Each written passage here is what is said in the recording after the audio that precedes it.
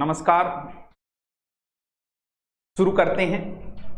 एक एक चीज को एग्जाम की दृष्टि से न होके जानने की दृष्टि से। कुछ लोगों को महान पुरुषों के बारे में जानने की जिज्ञासा रहती है कि उनका संघर्ष कैसा रहा। तो हम सबसे पहले शुरू करते हैं अपने डॉक्टर भीमराव अंबेडकर बाबा साहब के बारे में। इनके जो पूर्वज थे वो महाराष्ट्र के रत्नागिरी से थे और इनके पिता जो है वो रामजी राव नाम था उनके पिता का। रामजी राव जो ब्रिटिश सेना में नौकरी करते थे, एक सूबेदार के पद के ऊपर थे। बाद में नौकरी के सिलसिले में ये आ गए थे इंदौर के महू के अंदर। महू जहां से हमारे राजस्थान में एक नदी भी प्रवेश करती है, इंदौर महू के अंदर आ गए थे। और वहीं पर इंदौर महू के अंदर ही 14 अप्रैल 1891 को जन्म हुआ। उस बालक का नाम रखा गया भीमराव। 14 अप्रैल 1891।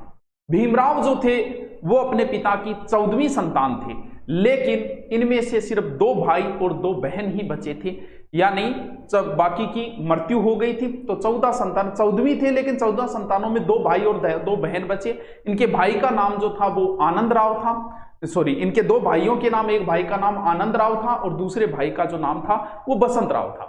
और इनकी 2 बहनें थी, वो एक बहन का नाम मंजुला था और दूसरी बहन का नाम तुलसी था। और भीमराव की माता का जो नाम था वो था भीमाबाई। धीरे धीरे हम आगे की ओर अग्रसर करते हैं। बच्चे का जन्म हुआ, खुशी मनाई गई। कहते हैं कि पूत के पैर पालने में ही दिखाई दे जाते हैं।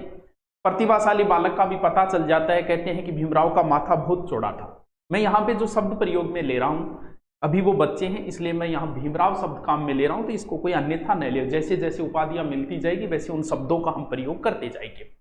तो माथा जिसका चौड़ा हो, कहते हैं कि वो प्रतिभाशाली बालक होता है। तो इससे लगा कि ये बालक जो है वो बड़ा ही प्रतिभाशाली बालक होगा। अब हम इनके पिता की आर्थिक स्थिति का जिक्र करते हैं। हाँ, माना कि इनके पिता जो है वो एक सूबेदार के पद पे थे, लेकिन उस समय ज्यादा तनख्वाह नहीं हुआ करती थी।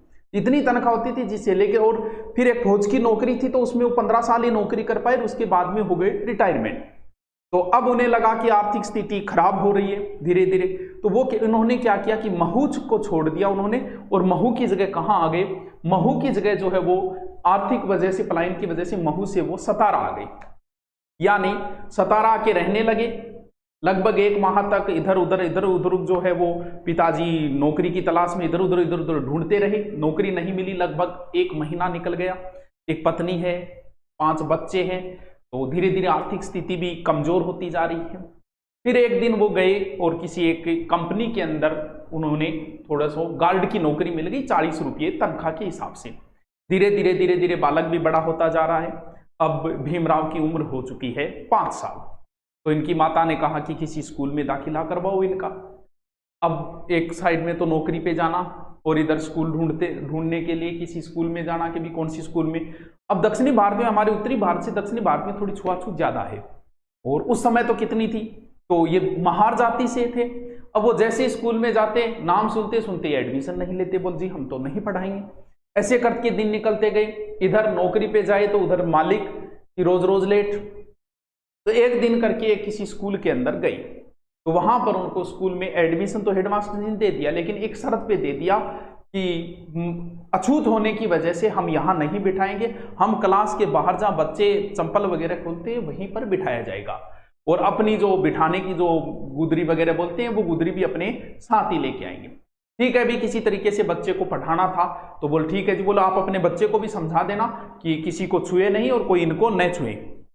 अब पढ़ाई धीरे धीरे पढ़ाई, प्रतिभाशाली बालक थे, पढ़ाई में भी होशियार थे, लेकिन धीरे धीरे संकटों का कष्ट जो है वो तो आता ही जाएगा, कोई ना कोई नया संकट आता ही जाएगा। हाँ, पढ़ाई में होशियार होने की वजह से अध्यापकों के बड़े प्रिय हो गए थे वो धीरे धीरे।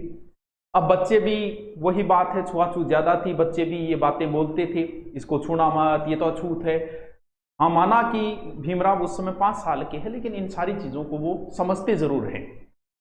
अब एक समय ऐसा आया कि इनकी माता जो है बीमार हो गई, भीमाबाई।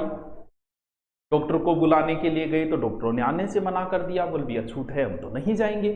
लेकिन कहीं ना कहीं मानवता जिंदा होती है। कहते हैं कि एक वृद्ध डॉक्टर आया और उसने इलाज करने की कोशिश की, लेकिन फिर भी सही इलाज नहीं हो पाया। लगभग 1 महीने तक माताजी बीमार रही और उसके बाद में उनकी हो गई मृत्यु। यानी परिवार के ऊपर जो है वो संकटों का बोझ आता ही जा रहा है। अब परिवार की जो पूरी जिम्मेदारी है वो राम जी के ऊपर आ गई, राम जी राव के ऊपर आ गई। एक तरफ नौकरी करना, एक तरफ 5 बच्चों को संभालना। यानी वो रात को लेट आते, फिर खाना बनाते, रात का खाना ही सुबह खा के भीमराव स्कूल की ओर जाते थे।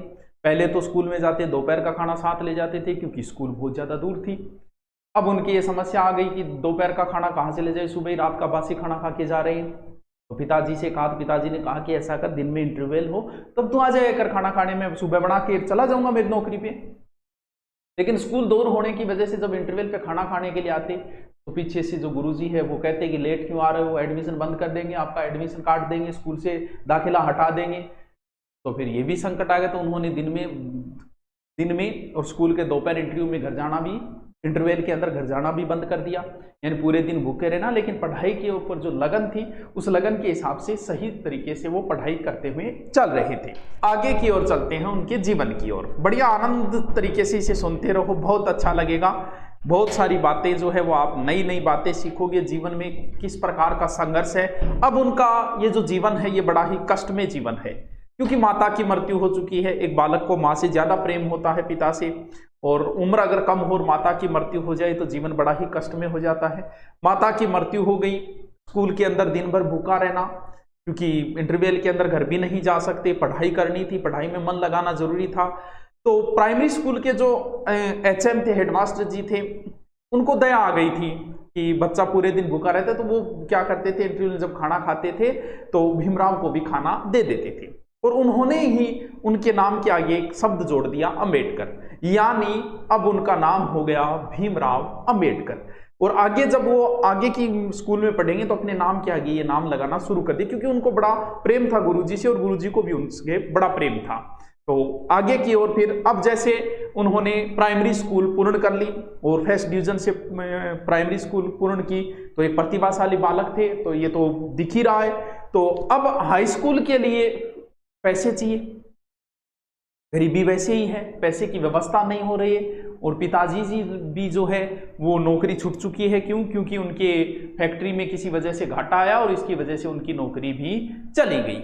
यानी अब परिवार की स्थिति और भी कष्टमय होती जा रही है। रामजी राव की नौकरी छूट चुकी है, तो अब वो भी चाहते थे कि बच्चा पढ़े, प्रतिभाशाली बालक है, पैसे कहाँ से लाए, पैसे कोई दे नहीं रहा है। तब वो एक सूरजमल नाम का एक सेठ था, उस सेठ के पास गए कि पैसे दो। तो पुराने समय में पैसे उधार देना का अपना एक नियम था कि बराबर में कोई चीज रखो। आज तो फिर भी दे देते हैं, उस समय ऐसा नहीं था। आज तो कि 2 लाख रुपया दी, लोग भेज देंगे, आपसे ये नहीं कहेंगे कि भाई सबूत दे 2 लाख का देना। तो बोले भी कोई चीज दो, मैं तो ऐसे पैसे देता ही नहीं किसी को, मैं तो ब्याज भी लूंगा और पैसे जो दूंगा वो किसी के बदले सोना चांदी कुछ तो रखो। तो कहते हैं कि उनके पास एक परात थी, वो लेके गए भी, ये जो पीतल की परात है यही है मेरे पास। बोल ठीक है, मैं 50 रुपये दे देता हूँ इसके, और अगर पैसे नहीं लौटाए तो परात मेरी हो जाएगी। तो उसी से उन्होंने हाई स्कूल में दाखिला लिया। यानी अब उनका जीवन आगे की ओर प्रारंभ हो गए हाई स्कूल के अंदर। तो हाई स्कूल का अगर नाम अगर जानना चाहो तो एल्फिंस्टन हाई स्कूल था उनका नाम, एल्फिंस्टन हाई स्कूल। यानी एल्फिंस्टन हाई स्कूल में उन्होंने एडमिशन ले लिया। अपने नाम के आगे एक शब्द भी जोड़ दिया उन्होंने। पढ़ाई में शुरू से ही अच्छे थे, अब भी पढ़ाई अच्छी तरीके से चल रही है। कदम कदम पे जो छुआछूत है वो बार बार समस्याएं पैदा कर रही है, बच्चे की हीन भावना भी हो जाती है। बहुत सारे ऐसे किस्से आए हैं जीवन में। एक बार गुरुजी ने कहा भीमराव भारत का मानचित्र बनाओ और बोर्ड की ओर आओ। कहते कि जब वो बोर्ड की ओर रवाना हुए तो वहां के बोर्ड की ओर चित्र बनाने के लिए जा रहे थे, तो कहते हैं कि बीच में और विद्यार्थियों के टिप्पण पड़े थे। वो रुको रुको रुको, हमारा टिप्पण है ये खराब हो जाएगा खाना। उस खाने को उठाया और फिर वहां जाने दिया, बोला बोर्ड की ओर जाओ। मतलब ऐसी सिचुएशन बार बार आ रही थी, कह भी नहीं सकते, ना पिताजी से कह सकते ना किसी और को। तो एक दिन गुरुजी ने पूछ लिया, HM साहब थे हाई स्कूल में, कि भीमराव पढ़ के क्या करोगे, तुम तो महार जाति से हो, पढ़ के क्या करोगे। तब उन्होंने कहा कि मैं पढ़ के एक वकील बनूंगा और वकील बन के छुआछूत को मैं दूर करूंगा, एक नया कानून बनाऊंगा जिसे सबको मानना पड़ेगा और मैं छुआछूत को दूर करूंगा। तो बच्चा होनहार था, उन्हें भी लगा कि बच्चा कुछ कर सकता है, तो उनको भी बड़ा स्नेह था भीमराव अम्बेडकर से। अब हाई स्कूल भी उन्होंने पास कर ली और हाई स्कूल भी उन्होंने बढ़िया डिवीजन, फर्स्ट डिवीजन से हाई स्कूल भी पास करी। चलो उनके जीवन की अब आगे की ओर रवाना होते हैं। बड़ौदा नरेश से मुलाकात होती है उनकी, तो बड़ौदा नरेश से उनसे कैसे मुलाकात हुई इसकी थोड़ी सी हम चर्चा करते हैं नेक्स्ट आगे की ओर। जल्दी जल्दी भी बता रहा हूं। उनका भी एक मित्र था, ईसाई मित्र था, जिसका नाम था केलुस्कर, यानी अम्बेडकर जी का एक ईसाई मित्र है, क्योंकि अब इनका नाम भीमराव अम्बेडकर, तो मैं अम्बेडकर जी शब्द का प्रयोग कर रहा हूं। अम्बेडकर जी का एक मित्र था केलुस्कर। एक दिन उन्होंने देखा कि उदास थे अम्बेडकर जी, तो पूछा कि भी क्या बात है, उदास कैसे हो? बोले भी मैंने स्कूली शिक्षा